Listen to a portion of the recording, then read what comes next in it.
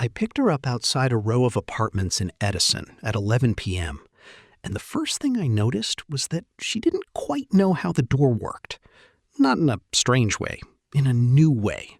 She approached the car carefully, checked the license plate against her phone twice, and then hesitated at the door handle for a half second, like someone who hasn't done this many times.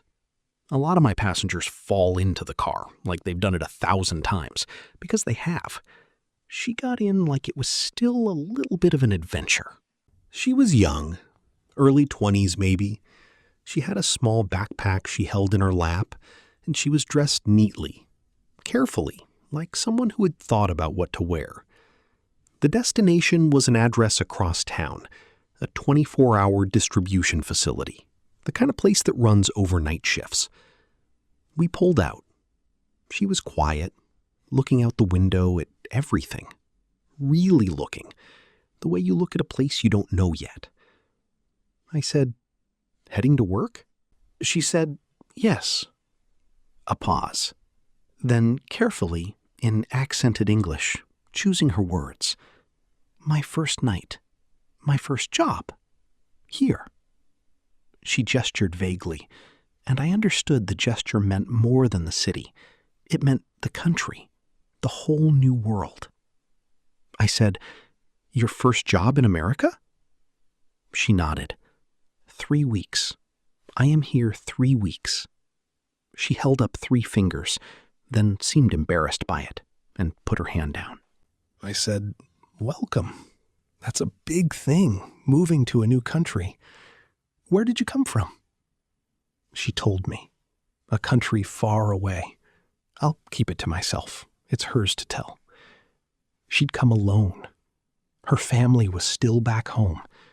She'd come ahead, by herself, to work and to study and to build something, and to bring them over later, when she could.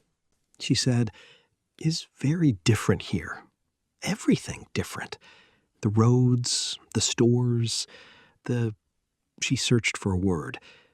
The way people talk, the food.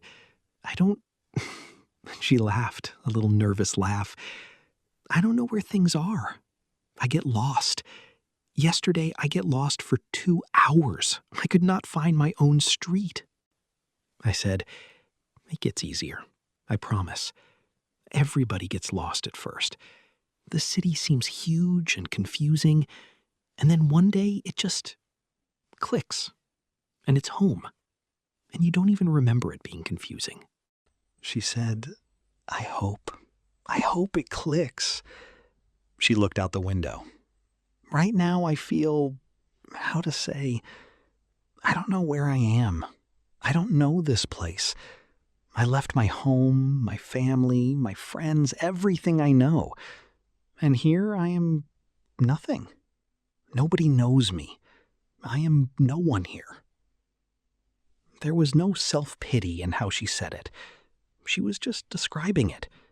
The strange, blank feeling of being completely new somewhere, where you have no history, no reputation, no friends who knew you when, no streets you grew up on, where you're not the person you spent your whole life being, because nobody here knows that person. You're just a stranger with a backpack, starting from zero. I said, "Can I tell you something? Being nobody somewhere new, that feels terrible. I know it does. But it's also the most free a person ever gets. You get to decide who you are here. Nobody's got a story about you. Nobody decided who you are in the 3rd grade. You get to build the whole thing from scratch. That's terrifying. But it's a kind of gift that most people never get." She thought about that. She said, "A gift," like she was trying the word on. I said, "You said you don't know where you are, but do you know where you want to go? Like, what you're working toward, why you came?" And her whole face changed. The lostness cleared right up, because that she knew. That she knew completely. She said, "Oh, yes, this I know." And she told me. She wanted to study computers, software, programming. She'd taught herself some back home on an old laptop, watching videos at night. She wanted a real education, a real job, the kind that didn't exist where she came from. She wanted to make enough to bring her mother and her little brother here. She wanted her brother to grow up with, and she used this phrase, and it stuck with me, with more doors. She said, where we come from, there are not many doors. For him, I want many doors. So many doors he cannot try them all. I said, so you don't know where you are yet, but you know exactly where you're going. She said, yes, exactly. I am lost in the city, but I am not lost in the, she touched her chest, in here. In here I know. I am very sure in here. I said, then you're going to be fine. Better than fine. The people who know where they want to go, they always figure out the map eventually.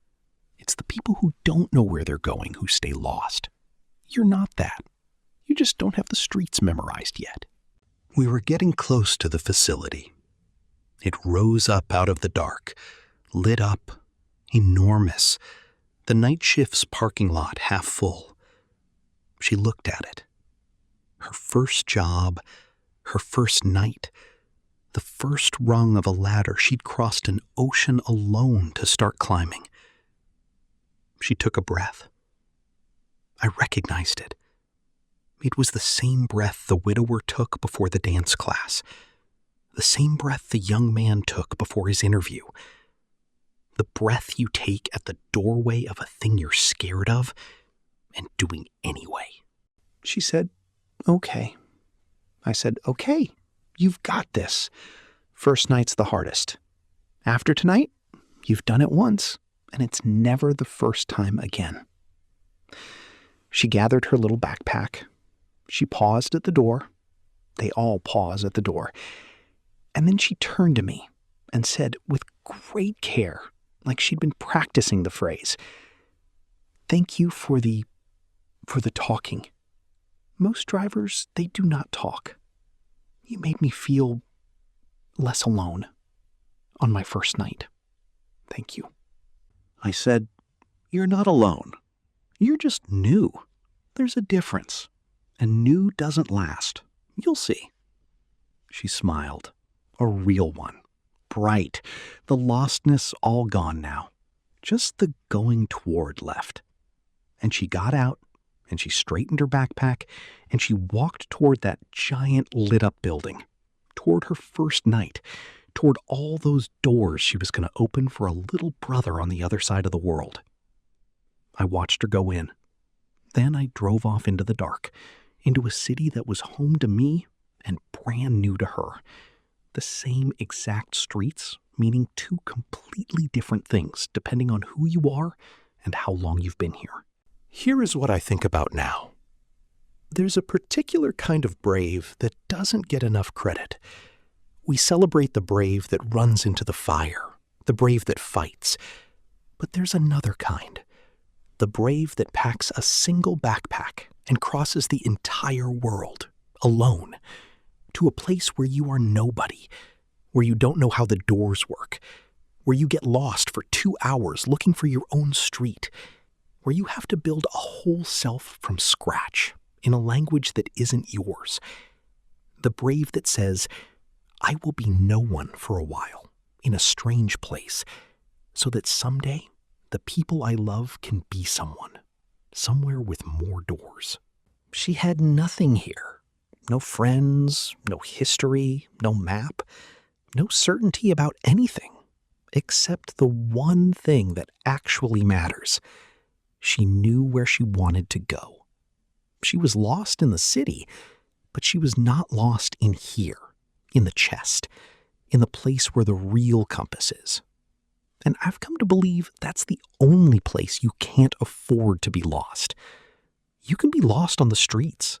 You can be lost in a new country, a new job, a new life. As long as you're sure in here, you'll find the rest. The map fills in. The streets start to click. The strange place becomes home. It's the people who have the whole map memorized, but don't know where they want to go. Those are the truly lost ones. I've had plenty of them in my car, too. People who know exactly where everything is and have no idea where they're headed. I'd trade 10 of them for one girl with a backpack who's sure in her chest. I don't know if she made it. It's a hard road. But I'd bet on her over almost anyone I've ever driven. Because she'd already done the hardest part. She'd already crossed the ocean. She'd already walked into the building on the first night. Everything after that is just streets to memorize. Somewhere out there is a young woman learning to write software on a better laptop than the old one she taught herself on.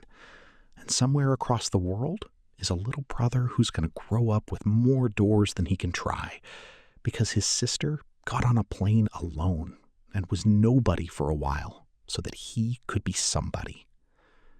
I hope the city clicked for her. I hope it became home. I hope she opened every single door.